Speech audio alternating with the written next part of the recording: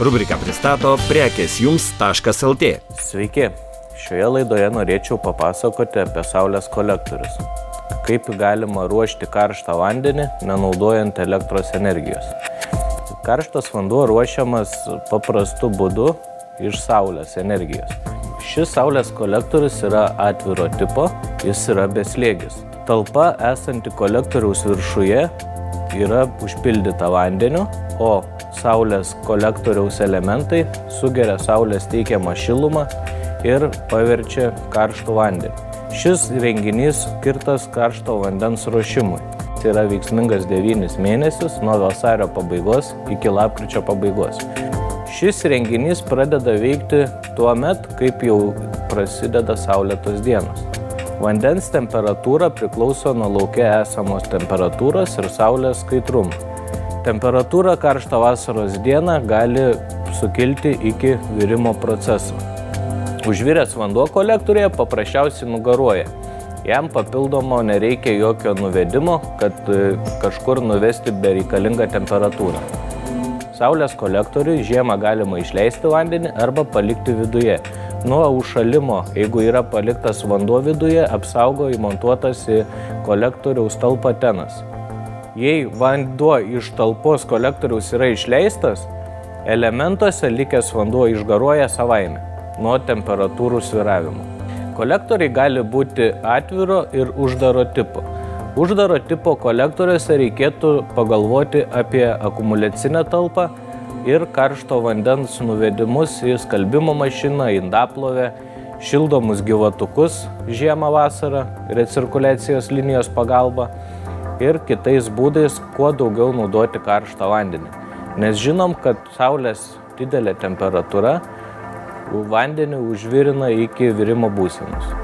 Atviri saulės kolektoriai gali būti valdomi automatika arba gali būti dvivamzdė sistema. Principas panašaus užpildymo kaip tualeto bakelis. Šaltas vanduo pasiduoda, kada nukrenta tūris ir tuo būdu papildo saulės kolektoriaus talpą. Saulės kolektoriaus valdiklis valdo vandens lygį saulės kolektoriuje. Galima užstatyti programą, kad būtų dienos metu priruošta 150 litrų karšto vandens.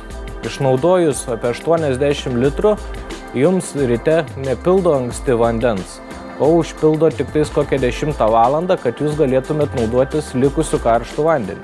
Nes kaip žinome, ryto saulė nėra tokia kaitri kaip pietų ar pavakarių saulė. Pačio saulės kolektoriaus sumontavimas nėra sudėtingas, tik reikia techninių žinių. Gali būti pajungiamas vienvamzdė sistema, kaip šaltas vanduo pakyla į viršų, tuo pačiu leidžiasi karštas vanduo atgal, arba dvivamzdė sistema. Tai yra jau kaip bakelio principas, kada pastoviai vanduo šaltas pasiduoda į kolektorių ir karštas vanduo jau grįžta kitu vamzdžiu. Šis saulės kolektorius atviro tipo yra skirtas tik karšto vandens ruošimui. Uždaro tipo saulės kolektoriais galima ir šildyti patalpas. Tik reikėtų pagalvoti, kur sunaudosime karštą vasaros dieną pagamintą karštą vandenį. Ar turime baseiną, ar turime didelę akumuliacinę talpą, nes kaip žinome, vasarą visi namus šaldo, o mes juos šildysime. Šis kolektorius pagamintas iš nerūdijančio plieno, pati talpa ir rėmas, einant laikui, jis nesurūdys.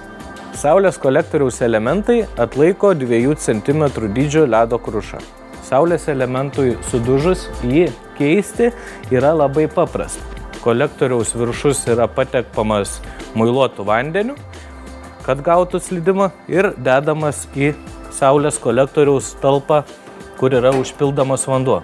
Paprasčiausiai stumimo būdu įsistumia ir pasistato atgal į savo padėtį. Tai skaičiuoti atsiperkamumą, šis saulės kolektorius jums turėtų atsipirkti per 3 metus.